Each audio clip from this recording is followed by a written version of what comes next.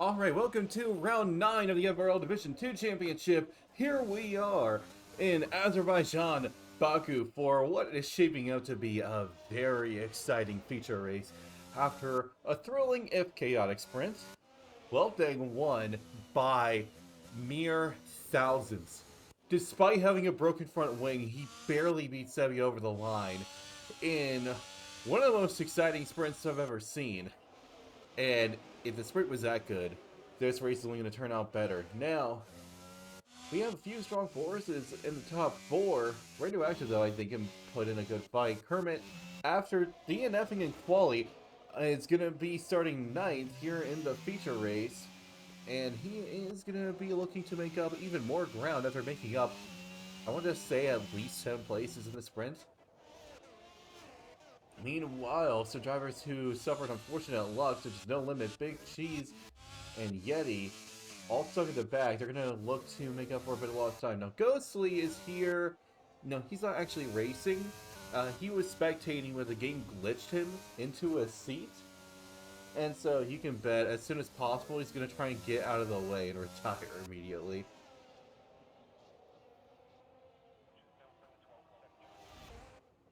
Oh, it looks like some drivers up in the front messed up their starting grid position. But wow, Welting positioned himself perfectly. Like, he is like right on the limit.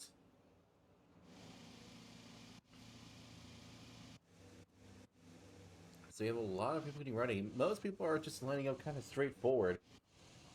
We're just waiting on Fred to catch up, and we'll be getting underway in just a moment.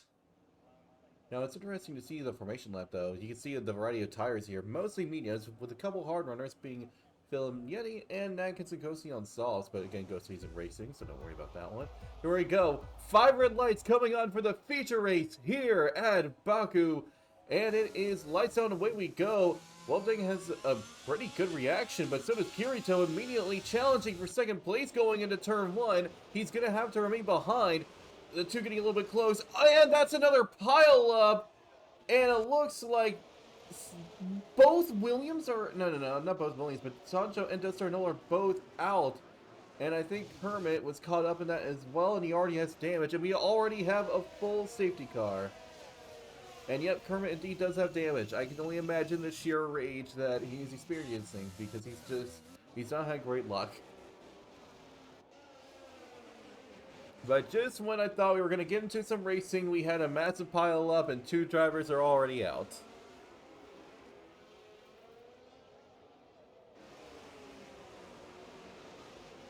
Oh, and Waldo's missing its entire front wing.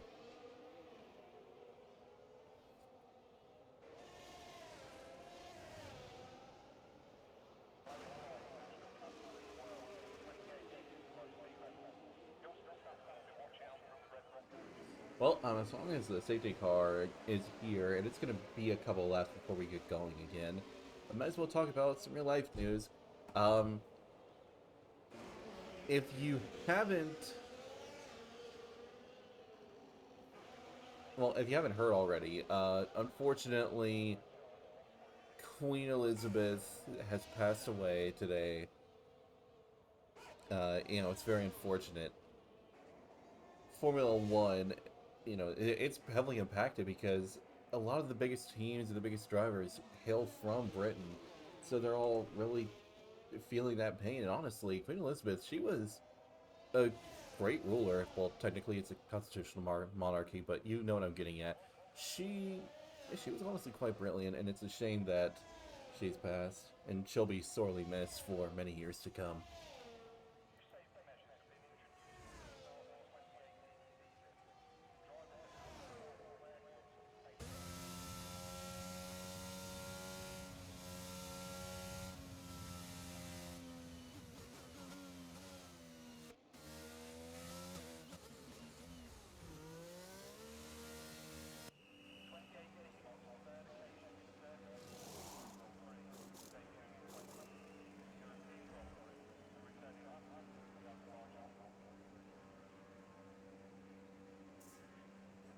Alright, we have a few in the pits. Yep. We have a post-migration. Ghostly has now left the session. And there's Waldo going in, and that's slow stop because his teammate retired. That certainly hurt him. Oh wait, he's already what? Hold up a second. He was in the pits for a moment. Next thing you know, he's teleporting out of the pit lane. Okay then.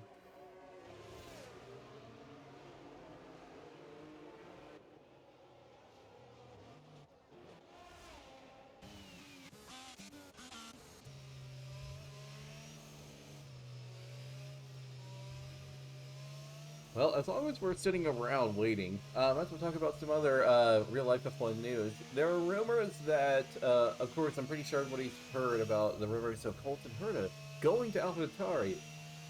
Unfortunately, that deal may fall through because the FIA, they're considering getting him a super license, but at the same time, if they do that, it would kind of lower the value of F2 and F3, and they want to promote an FIA sanctioned series. What a surprise! So he may be denied for that, and if he's denied, then and Colton Herta cannot go to AlphaTauri, then Gasly cannot go to Alpine, meaning the Alpine seat is still open. Now I think top candidate is going to be Mick Schumacher still, out after Gasly, even though there are rumors of Felipe Drugovich. I I just don't see it, honestly. I think Mick is the best candidate. Ocon, he's heavily endorsing him. Like Ocon has straight up said, if I had to choose my teammate, I want Mick. Mick has honestly been performing well in this latter half of the season as well. After a rough start, ever since Canada, he's been performing quite well. He's beaten his teammate more often than not ever since then. And ever since Canada, he's scored more points than his teammates. I think Mick has really improved. He could have scored points in Hungary until has botched the pit stop, but, you know, it happens sometimes. Meanwhile, rumors are for the Haas seat, that spare one. Apparently, the two top candidates are Nico Hulkenberg and Antonio Giovinazzi. Now, they're both great guys. Absolutely. But do I think either of them deserve a comeback to Formula One? Not really. Hulkenberg has already had a decade in the sport, and Gio had 3 years to prove himself, and he was just always below the bar. Wait, something has happened to Kirito. He's lost a couple positions. Something happened to him? He's back up to 4th again. I think some shenanigans are taking place there. Anyways, I think the safety car may go in this lap. It may go in without Atmos. I'm actually uncertain because Atmos is pretty far behind right now.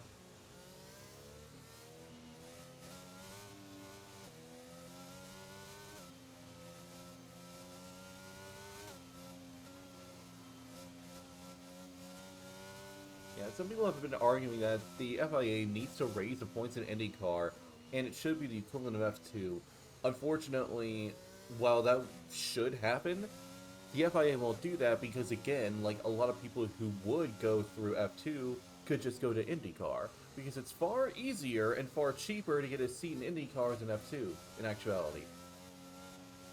Well, maybe not cheaper, but it is easier because IndyCar, like, they don't have a limit on the number of cars really.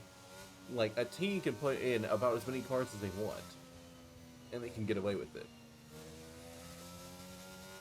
Although, if someone knows something different than me, then feel free to correct me if I'm wrong there, but I'm pretty sure that they essentially have an unlimited amount of cars that they could put on there, for the most part, of course. Obviously, they're not going to allow 100 cars on track. That would be dangerous. But you understand what I'm getting at. As for the other seat rumors, now, Mick, I think one way or another, he's leaving Haas. If he can't get this seat at Alpine, I think he's going to Williams.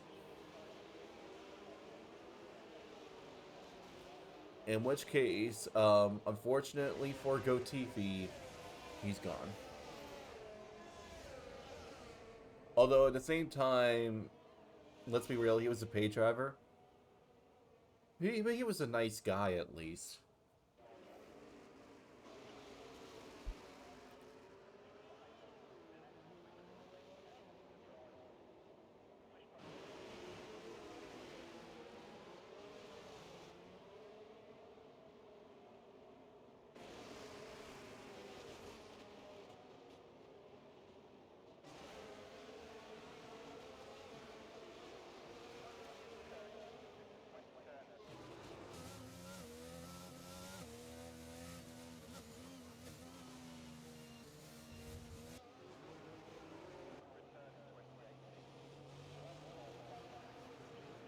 Now, actually, speaking of other F1 rumors, apparently, so for those who remember Baku, well, no, not Baku, why did I say that? Belgium, where, what, 6 or 7 people took engine penalties? We're experiencing it again here at Monza. From what I've heard, I think Mick Schumacher, Valtteri Bottas, Lewis Hamilton, and a few others are all taking grid penalties. And also, of course, there's the classic Monza setup that everybody makes, like a Monza specific one. People have seen Aston Martin's rear wing, and people have said, Aston Martin's rear wing is not a rear wing. After seeing it for myself, I can indeed confirm that it is not a rear wing. I have no idea what it is. But the downforce is almost non-existent on it. I think Aston is actually going to do quite well. But anyways, safety car is going in this lap. We're going to get ready for a restart. One thing is going to be leading them off, and I think he's already doing that. Yep, he's already hard charging across the line. But Sebi's keeping close. Meanwhile, do we see any positions gained? No, Limit makes a place on Baby Dwight, but Baby Dwight, he's going to dive into turn 1. Oh, and is that... Okay, I thought that was maybe there was a car turnaround? I honestly couldn't tell in all of that. Meanwhile, Kirito maneuvers himself ahead of Prid, and we have a lot of slow-moving traffic here. Atmos taking advantage, making up multiple places right now, putting himself all the way up into 13th. That was honestly really good maneuvering by Atmos to put himself up. Did he make a triple or quadruple? Whoa, that was Yeti into the wall, missing his front wing. Meanwhile, we actually have 3 wide. Oh, and Fred just drifts into Atmos, and Atmos' front wing broken. I think Fred legitimately just didn't notice Atmos there. That is unfortunate. Meanwhile, No Limit is going to go side by side with Baby Dwight. Are they about to go side by side through the castle? Please don't. Okay, that is a sigh of relief. No Limit gets ahead of Baby Dwight. Baby Dwight wisely backing out. DK getting ahead of Phil. We're seeing a whole lot of overtakes here. And we're seeing drivers going side by side here. That typically doesn't end too well, but miraculously, that actually did. I'm quite pleased to see that. Meanwhile, Phil is chasing after Big Cheese. No Limit also joining in the fray. Baby Dwight gaining time as well.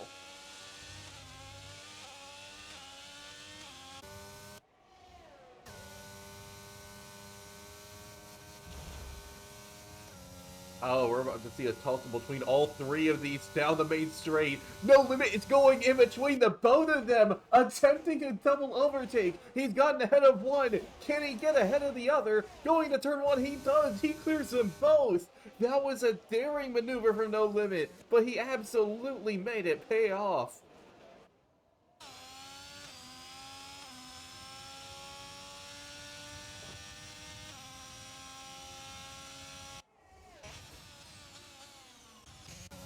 Meanwhile, Kermit puts himself ahead of Baby Dwight, and he's looking to make another move here on Wonder Toes. He gets ahead, he's now up into 8th place. He's really working well with these hard tires, just making up a lot of ground here.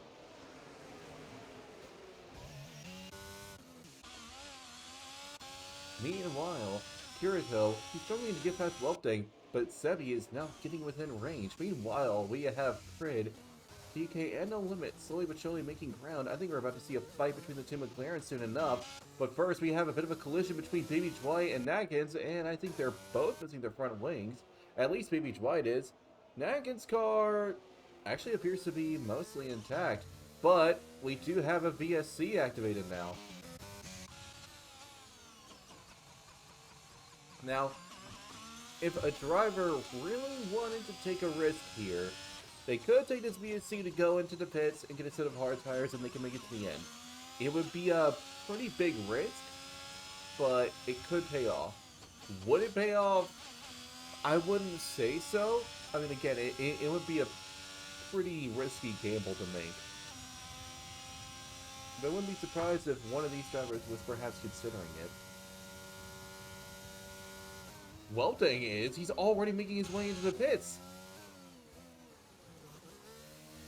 Well, I didn't think it was going to be Welting. I figured maybe one person would give this a try, but I didn't think it would be welding that would do it. But he is making his way into the pits. Oh, well, he needed to get a new front wing. Okay, I guess he didn't have much of a choice in that matter. That's going to put him very far behind, but he should be able to make it to the end on that set. Now Kirito has taken the lead, but Sebi is slowly but surely catching up, as well as Pred.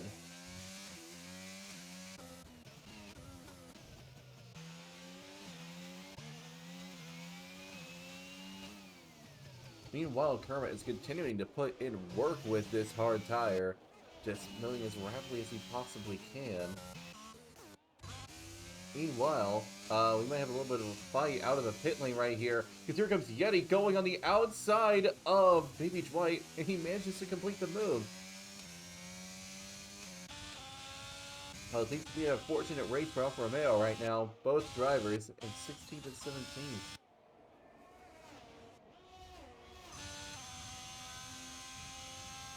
Meanwhile, Sebi is on the hunt after Kirito. He's looking to find him back here. Meanwhile, Yeti makes a move on Atmos to get a hold of 14th place, looking to make up for a whole lot of lost time. Sebi, though, he has his sights on the lead here. He just missed out on victory. Whoa! What was that? Sebi has lost control of his car! Or not? What is going on? Sebi's car is completely glitching out, but he manages to put himself ahead by the end of turn 1.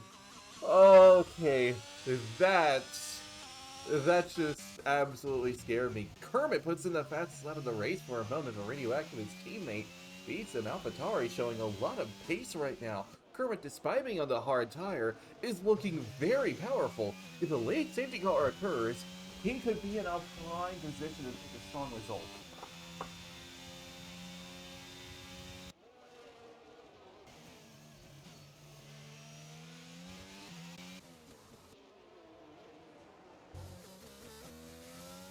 Meanwhile, No Limit is on the hunt after his teammate, looking to fight his way past.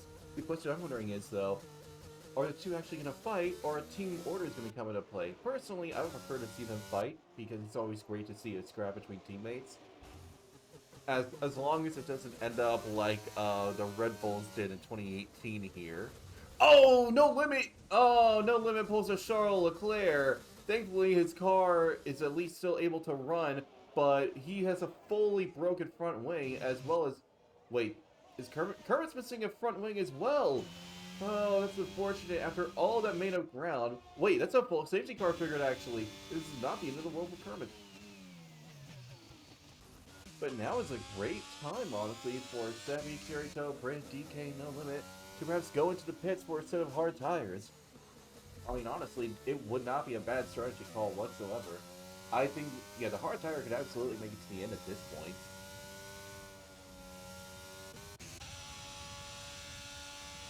Question is, who's going to risk it? Well, let's say Sebi, Kirito, Brent, yep, all of them are going to go in, but No Limit is going to be in a pretty bad spot, which is why you can see him kind of backing off a little bit, so the McLaren can pull out a successful double stack. Now, the question is there enough of a gap to actually pull off this double stack, or will No Limit lose time?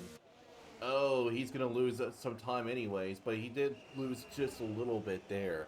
But having to fully replace that front wing, that's going to lose him even more. Kermit is going in now for a set of mediums. Now, actually, he should be able to make it to the end on that set. The tires will be quite worn, but he should be able to make it. Brad, interestingly enough, chooses to stay out. Perhaps he's wanting to help out his teammate and play a little bit of a rear gunner role. Unfortunately, he's still got Radioactive and Kirito to worry about.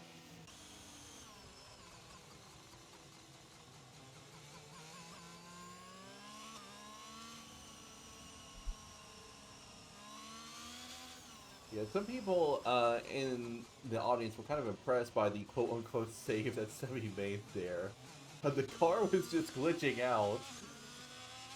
Like, for a moment, it looked like he was completely losing control of his car, and then the next moment, he's completely fine. I was so confused in that moment. I'm still kind of confused. Wait, but Sebi has a penalty. It's 5 seconds. Did he speed in the pit lane? Oh, if so, that may just cost him victory. Unless he can serve it with another late safety car. Which, it could happen.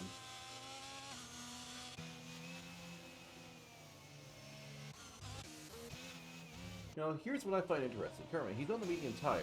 Those mediums are going to be just fine for quite a few laps. So, if he makes good use of the medium tire, he can make up a lot of ground. And already, just on the hard tire, he was making a whole lot of moves and making up a whole lot of ground.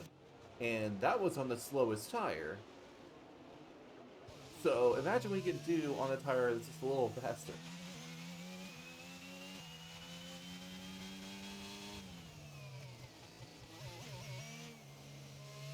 Apparently, I just got a hold of a little bit of information here. Kermit has damage on his diffuser rear wing. It's kind of in a yellow area, so that means Kermit is going to be suffering.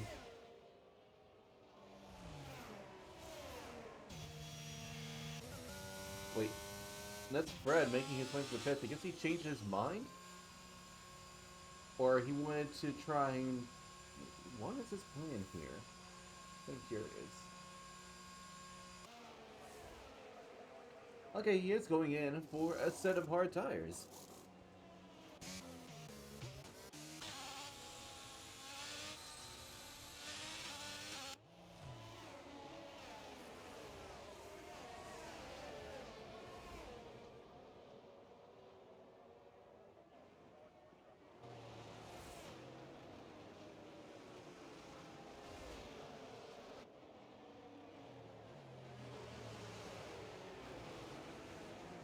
Well, as long as we're waiting for this safety car to come in, and it's going to be a while because Avalanche is very far behind, might as well talk about more of the real life F1 season. I'm pretty sure everybody's also heard about the Ferrari special design that they're going into, you know, with the yellow from Modena, their home city, to kind of celebrate their 75th anniversary. It is also the 100th anniversary of Monza. So this is a very, very special occasion, which is why Ferrari is bringing a new setup and they're putting their engine up to maximum power. They've actually lowered their engine power over the past few races in order to maintain reliability. But they're going all out here at Monza. They want this win desperately. But unfortunately, I think everybody's seen how Ferrari has done this season.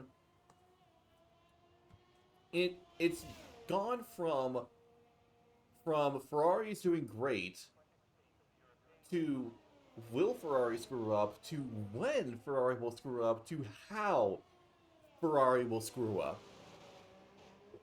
Like, that's how low people's expectations have become of Ferrari this season. They've just completely fallen apart. And it's unfortunate because, honestly, if you told me, if you told me that at Australia, like, after that point, Max would absolutely dominate and win the championship, I would have looked at you and said you were out of your mind.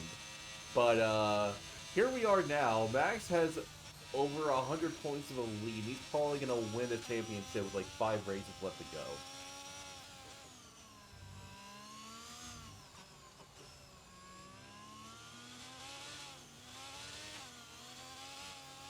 Now, so a lot of people have made jokes at the expense of Ferrari. Of course, with the, I'm not surprised. Um, some people say the yellow is on there because the Ferrari means caution's good because it's going to explode. I personally prefer the idea that Ferrari puts yellow on their car to match their sector times.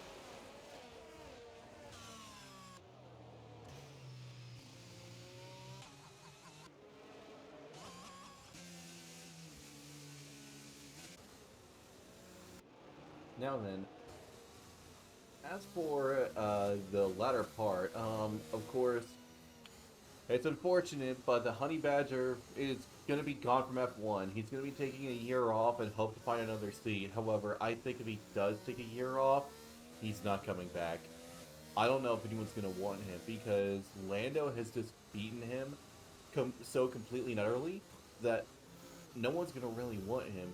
His only chance, and I mean his only chance, is if Andretti is allowed to compete in 2024, and they hire him, which I think is possible. But that's his only hope. Otherwise, I think he's done in Formula One. Personally, I think he should have stayed with Renault Alpine, and he would have fared better. But honestly, I don't know why he even left, because in 2020, he did really well. Got a podium, finished best of the rest, aside from Sergio Perez. Like, he was in a great position. And he was with the manufacturer. Like, if I were him, I would have stayed.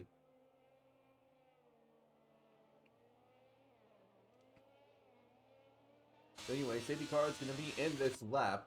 Sebi's going to be leading them off. If he can jump them off the start well, he's going to put himself in a very nice spot because he's got Radioactive, who's on pretty old mediums behind.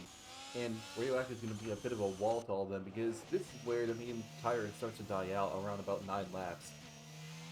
But let's see if Sebi can jump them off well. You can see he's kind of taking his time before the line, but he needs to get going, and he does so right now. That was honestly brilliant. Kirito reacted really well. He's going to be able to fight for second place going into turn 1. It's going to be really close here, but Radioactive manages to remain ahead. But now we're going into the next turn. Kirito trying to move his way around. He can't get his way past, but now he's going to have another opportunity going on the inside. Does he have the speed to get ahead of Radioactive? The two are neck and neck going into turn 3.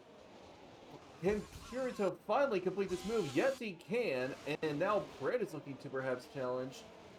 And he does put himself ahead. Kermit, meanwhile, is up to 5th place now. He's really putting in work right now, making up a ton of lost time.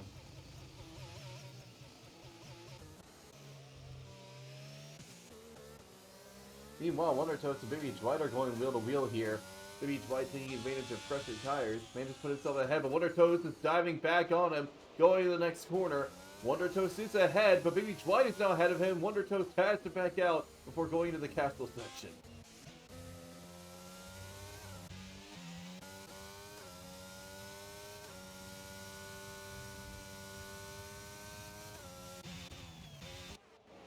Meanwhile, Kermit is rapidly closing the gap. Now, he and Kirito have quite a famous rivalry between the two. So I imagine it's going to be fierce between them. Kind of like how fierce it is between the two McLaren drivers right now. DK trying to hold off his teammate. They're going side by side through here. I don't know if that's a wise move.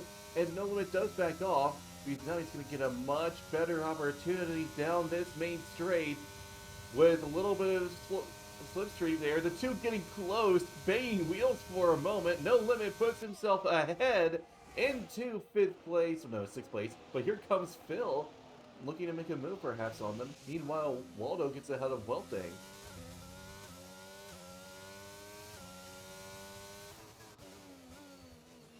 And that's no good for Wolfgang. That safety car was honestly really poor timing for him, because now he's all the way down to 11. He's going to have to make up a lot of lost time, but that's going to be easier said than done. Meanwhile, Phil gets ahead of DK, and now his next target is No Limit. That soft tire is proving powerful right now, but it's bound to die off in the next couple of laps. Meanwhile, Yeti just completely lost his car there. And is that Wonder Toast with a broken front wing? Or is that just... No, okay. Oh, he does have damage though, actually.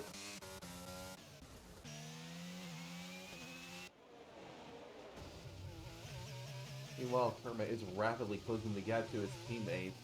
Honestly, if I were AlphaTauri, I'd play team orders here, because radioactive tires are really worn right now, and it could hold his teammate up from potentially getting into the fight with the front runners.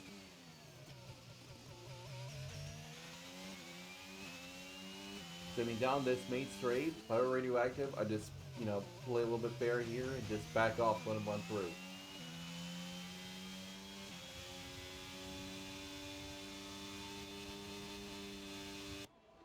I guess we're going to see if those team orders will apply, or if they're going to fight it out. Actually, they may not need to. This Kermit has a ton of straight line speed here. DRS is now enabled. He's going to look for a move on the inside here. And Radioactive, I think he did back out a little bit to let his teammate by. Good maneuvering from the two of them. And I think Perma has just gotten close enough. And we have a few drivers going to the pits. That is DK, Walden, Wondertoast going in to get new front wings. No Limit has crashed. And that might trigger another safety car. Oh, it should. Yep, and it will. Well, those people who just pitted got a pretty unlucky break, actually. Amos gets a 5-second penalty for a severe collision with No Limit. And actually, this is doing Kermit a massive service, because now he's able to save his tires even longer.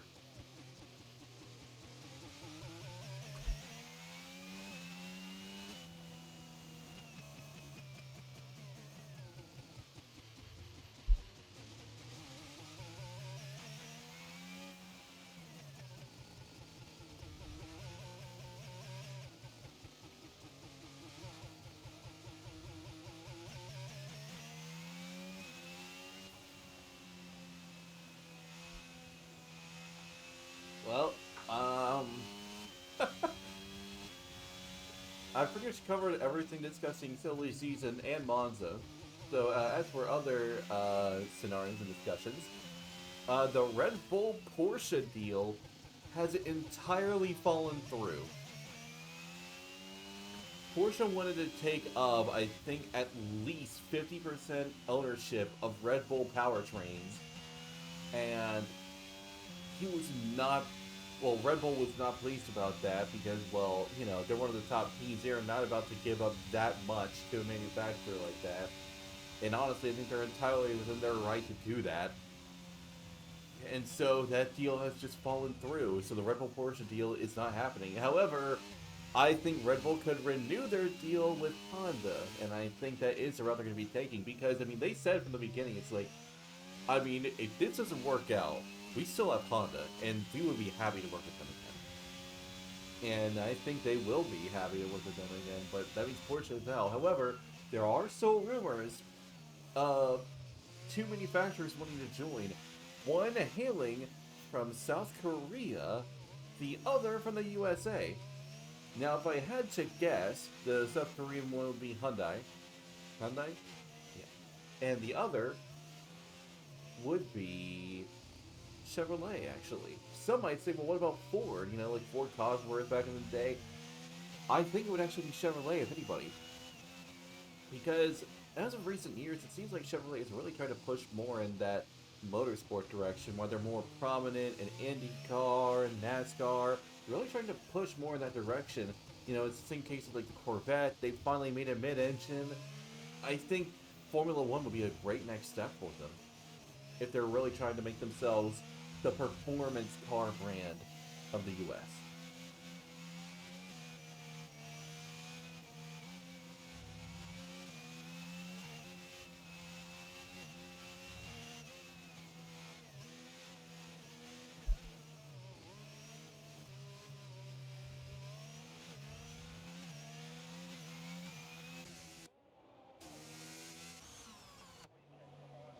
And honestly, I can see Chevrolet doing that, and you know, they could introduce a Corvette safety car. I think that would be honestly fantastic. But yeah, it's gonna take a while for the car to come in. Now, a rumor that I did hear a little while back, just take it with a grain of salt. There are rumors that with Audi and Porsche wanting to join, and Mercedes already in, well, when you think about it, what other big German manufacturer is there that's not part of the Volkswagen Group? Well, that would be BMW. And there was a rumor a couple months back that McLaren and BMW might want to make a deal, which I can honestly see. And honestly, seeing the BMW M colors with that McLaren papaya orange would be a fantastic color combination.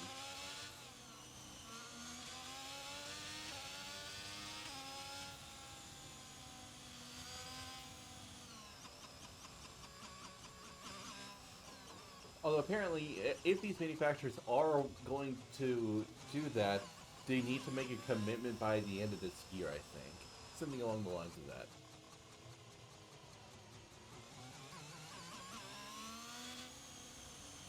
I could be mistaken, though, in that regard. But, I mean, I do hope we do get more manufacturers and also more teams on the grid. Because there's so many talented drivers out there, and, well, there's only 20 spots available. You know, I think we're missing out on seeing some of that talent.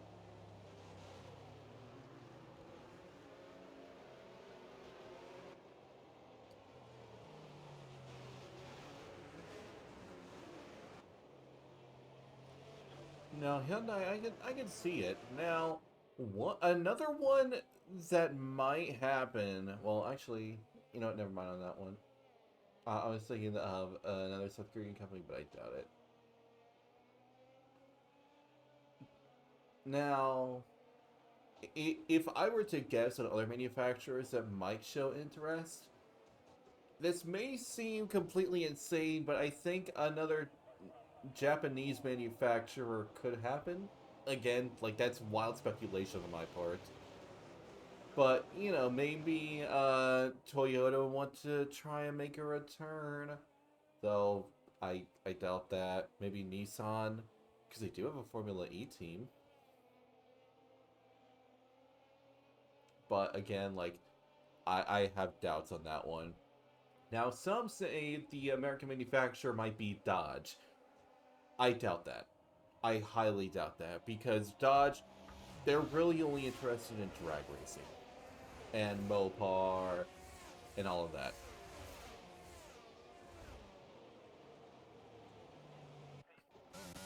They really committed to that when they discontinued the Viper. Rest in peace.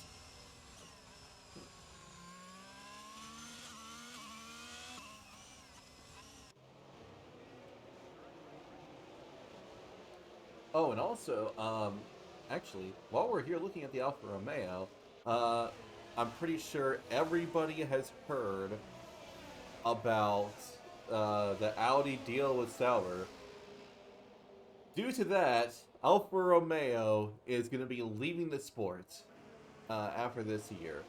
So, it's unfortunate. Although, a lot of people think Alfa Romeo is the actual team. They're actually just an extreme title sponsor.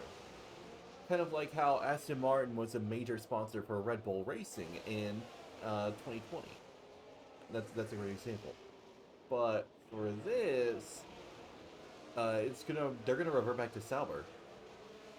But I will say this, on the bright side, at least they are leaving out on a high note, and by that I mean they are leaving with the best looking livery on this entire grid. Fight me otherwise. I will die on that hill saying that Alfa Romeo is the best looking livery this season. That classic Alfa Romeo lettering on the side of the car is just the icing on the cake. It's gorgeous. It's too bad the car's reliability isn't as good as its livery, because if it was, they would be able to score more points right now.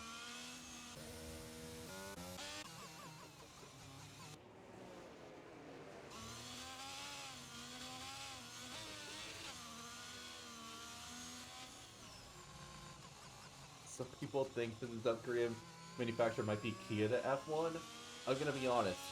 If Kia goes to F1 and I see a Kia Soul safety car, I'm gonna stop watching the sport. Now, I'm not saying I despise the Kia Soul with a burning passion. I'm just saying I despise the Kia Soul with a burning passion.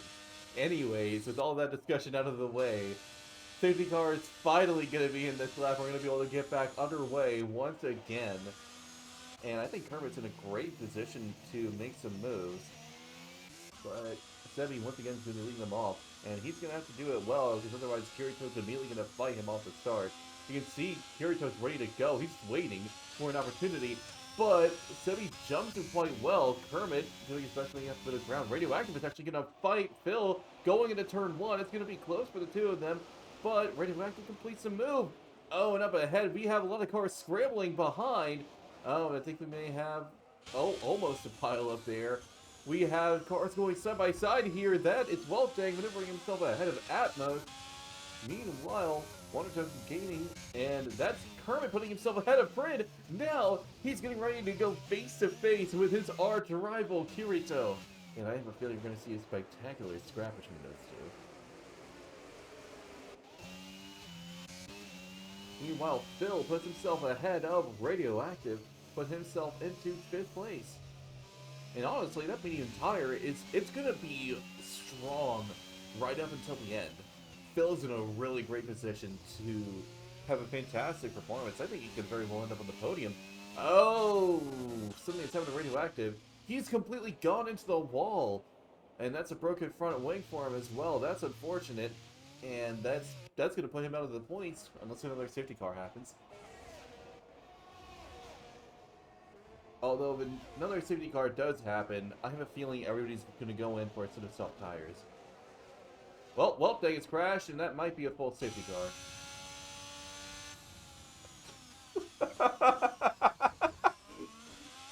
Commentator's curse at its finest. Once again. There's another full safety car, and everybody's going to make their way in for a set of soft tires. Yep, there goes Sebi. Kirito stays out. I think that's a poor decision. Fred also chooses to stay out. Again, I think a poor decision. For those staying out, I think it would be better to go on soft tires.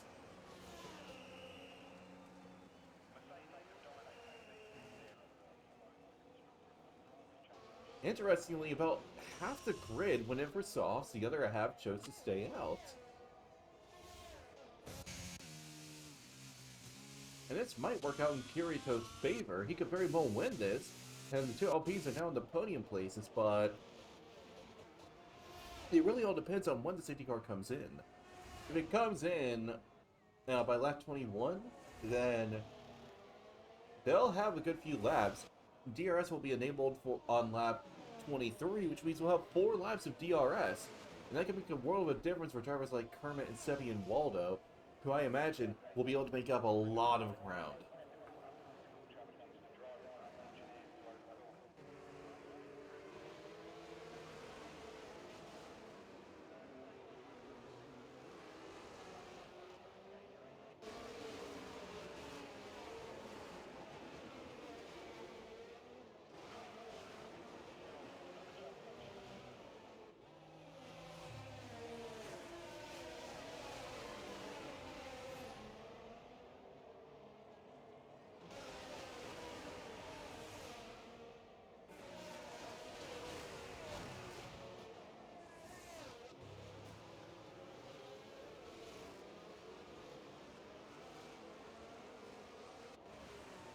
Well, we have yet another safety car period, and I'm really running out of topics to talk about right now.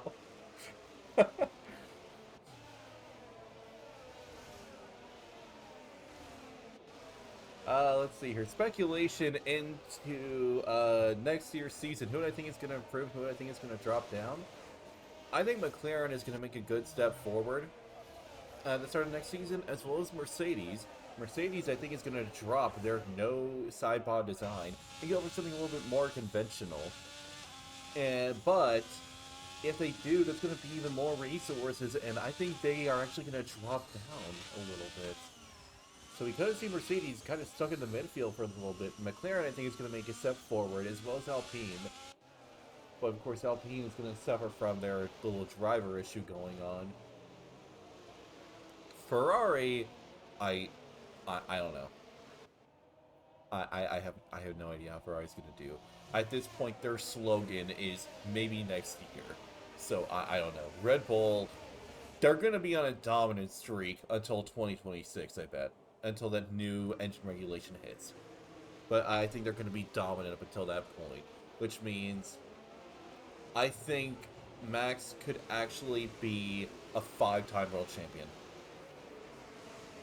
I think that is actually on the cards.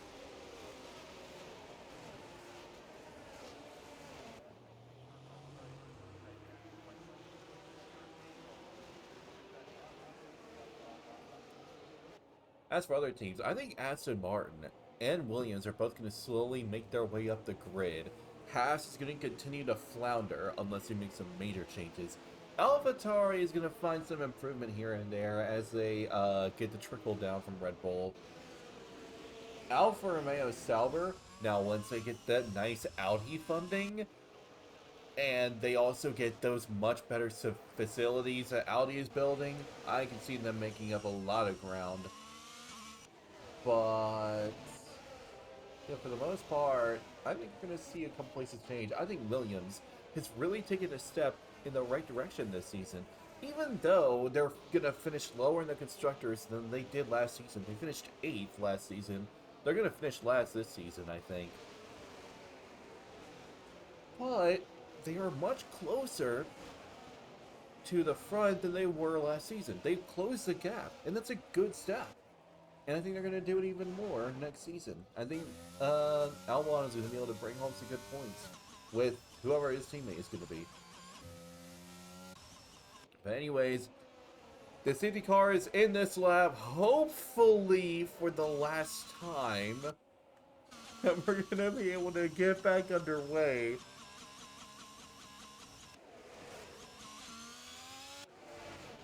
So Kirito, oh, he's already going. He's already going. Fred was caught lacking. He was completely unprepared. Meanwhile, Kermit, I think he might try and move. He's going to go for it. No, he's not going for a dive. Okay. Oh, but that's Big Cheese running really wide. Kermit makes a move anyways. Then Kermit's going to look for another move, perhaps diving on Baby White here. Bumps into him just a little bit and has to back out. We can see Kermit is hard charging right now, looking to make up for some lost time. And he's going to go for a dive here. Look at the straight line speed he's got right now. And he puts himself alongside, and now ahead of Baby White momentarily. Can he complete the move? Baby White hits Kermit, but Kermit manages to get ahead of him. Oh, Baby White has dropped down massively. And while I'm not surprised he hit Kermit because he's got that wing damage, and that's going to hurt him through the corners. I think if he didn't have that damage, he would have been able to make it through, but that damage just slowed him down. Now Kermit is up to 6th. He's on the fastest, freshest tire right now compared to the 5 cars in front of him. It's going to be between all of them and him for victory. He's got 5 laps to go. Well, 6 if you include this one. But he's also got Sevi to fight right behind him. AlphaTauri has been on the podium in Division 3. Actually, that was me who got it. Penny won the Division 1 race. Could we see another AlphaTauri podium to complete a Baku sweep for AlphaTauri? We're about to see a fight between the two Alpines here. Yeti's running alongside Prid. Oh, Prid actually chooses to back out. Team orders at play there. That was an interesting choice, and I think that was a smart one. Meanwhile, Kermit, he's moving as quickly as he can to make up for that lost time and trying to get into those top spots. But he's running out of time, and Sebi's also coming up fast and keeping up just fine. But DK and Wondertoes are just ahead, and Kermit's soon getting within range.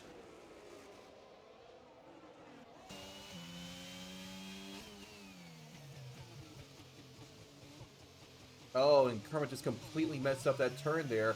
That could leave him vulnerable to getting overtaken by Sebi, but Sebi has to back out.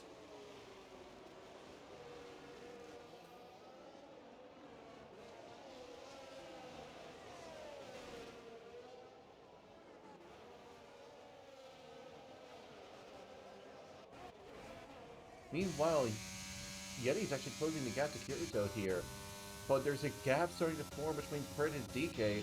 Kermit needs to get past these two drivers in front of him very quickly if he hopes to challenge for victory.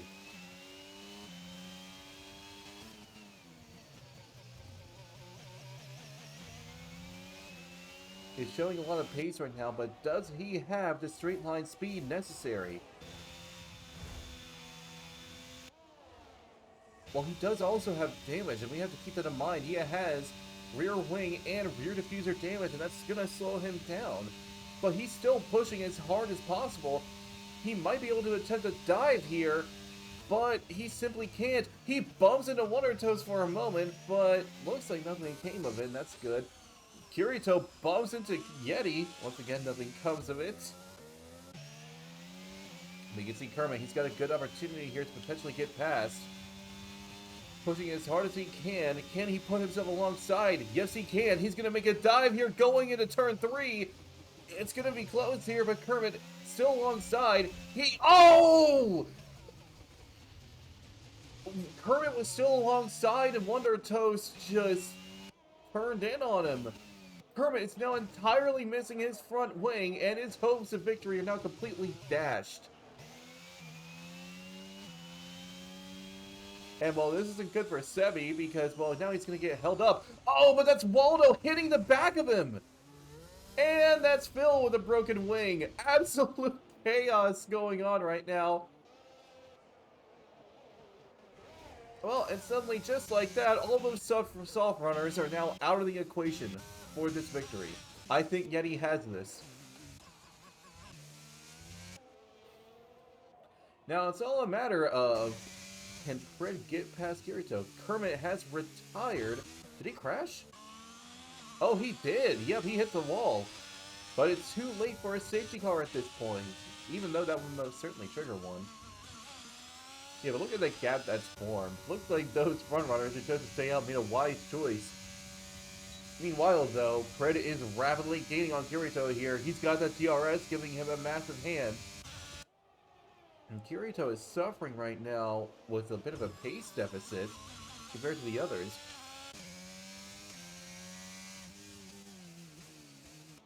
Can Fred get ahead of Kirito and make this an Alpine 1-2? Or can DK catch up enough, perhaps, to get ahead of both of them and secure second place?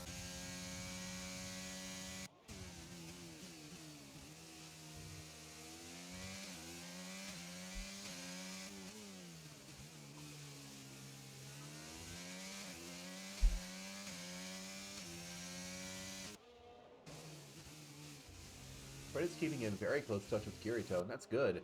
If he can keep within this range, and just keep it that way. Keep it as close as he possibly can. If he can get under half a second, by the time they get to that back straight, he can maneuver his way through. So it's imperative that he remains behind this close, especially since DK is coming up fast. Actually, DK is losing a bit of ground now. This is around the time where the medium tire will start to suffer a little bit, but I don't think Yeti would notice because he's just really strong at the moment.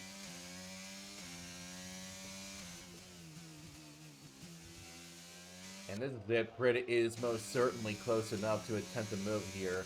It's going to have plenty of speed going for him, going down this main straight. But looks like Kirito has a lot of straight line speed built in, though. Here it is now. Fred is gaining rapidly, and he's got that rear wing opened up wide. Here he comes, coming up into turn 1. Can Fred get alongside? Yes, he can, but can he get ahead going into turn 1? No, he cannot. But going wide, Kirito is going to lose a bit of time there. Can Fred perhaps make a move before turn 3? He is right behind at the moment. It's going to be close. Kirito is defending for the life of him right now. He wants this P2. And all he needs to do is defend for this lap and one more, and he's got it.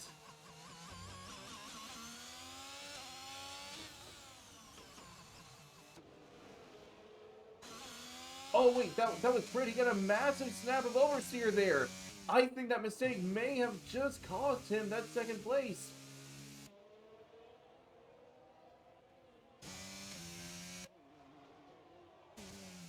You can see how desperate he is right now. He's doing everything he can to make up for that lost time, but that is certainly gonna hurt him. He is making up that lost time little by little, but I think that may have just ruined his opportunity to take a hold of second place.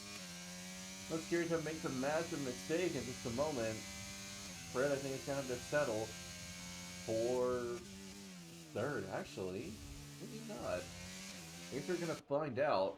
Again, it's going to be this final run and the one on the final lap, of course, that is going to make the difference between Fred taking third or second place. But at this point, Yeti has got this victory in the bag.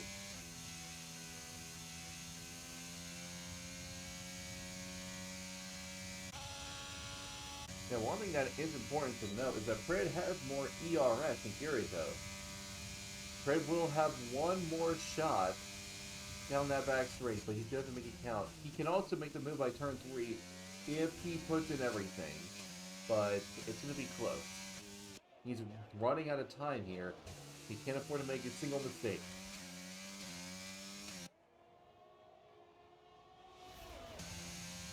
Oh, Fred is actually dumping everything he's got. He's going on the inside, going to turn 3. He puts himself ahead of Kirito. That was a brilliant move, just saving up a bit of ERS until the last moment. It's managed to pay off, and now he's up into second place.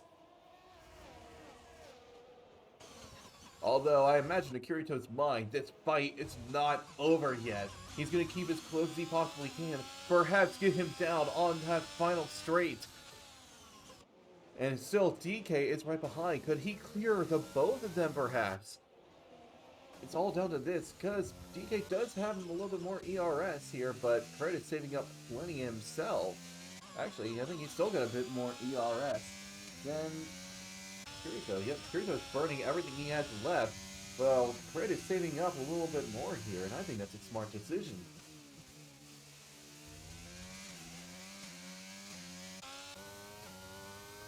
It's all down to this. Kirito has lost a ton of time here. If he doesn't get close enough, he's going to be in real danger of losing DRS range. And I think he may have nearly lost it, but he is just within range. But DK is coming up fast. I think he may be able to steal third. This is going to be incredibly close here. DK putting in everything he's got here. He bumps into Kirito. Why did he try to go alongside? Oh... It was close. If DK just moved over to the left and didn't bump into Kirito, he potentially could have gotten alongside. But DK is going to have to settle for fourth. But Yeti and Frid, with a brilliant result, bring home an Alpine 1-2 finish. That is an absolutely spectacular result, and that's going to put them well ahead in the constructor standings, even more than they already are. Kirito, meanwhile, is going to have to settle for third. After all of that, DK fourth, Sebi fifth, Big Chief sixth, Phil seventh, Radioactive eighth, Mulder ninth, Baby Dwight 10th, and Fred will be finishing up in 11th place.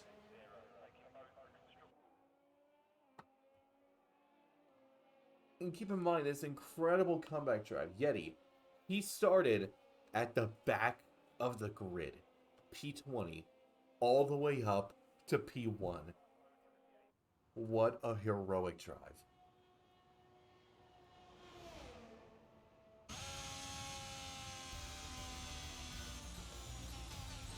And I wonder who driver of the day is going to go to. I think it's a pretty easy choice, really. And indeed, yep, driver of the day goes to Yeti for a miraculous result. One that I think he should be very proud of.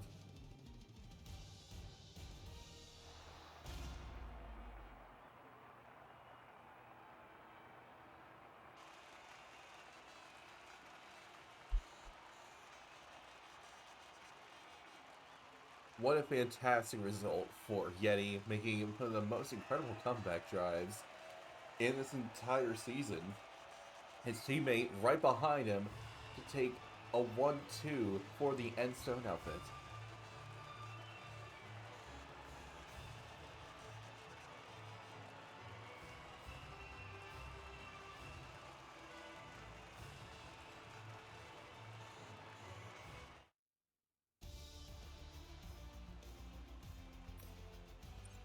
Alright, and that's going to be the end. You can see there, yep, he stopped.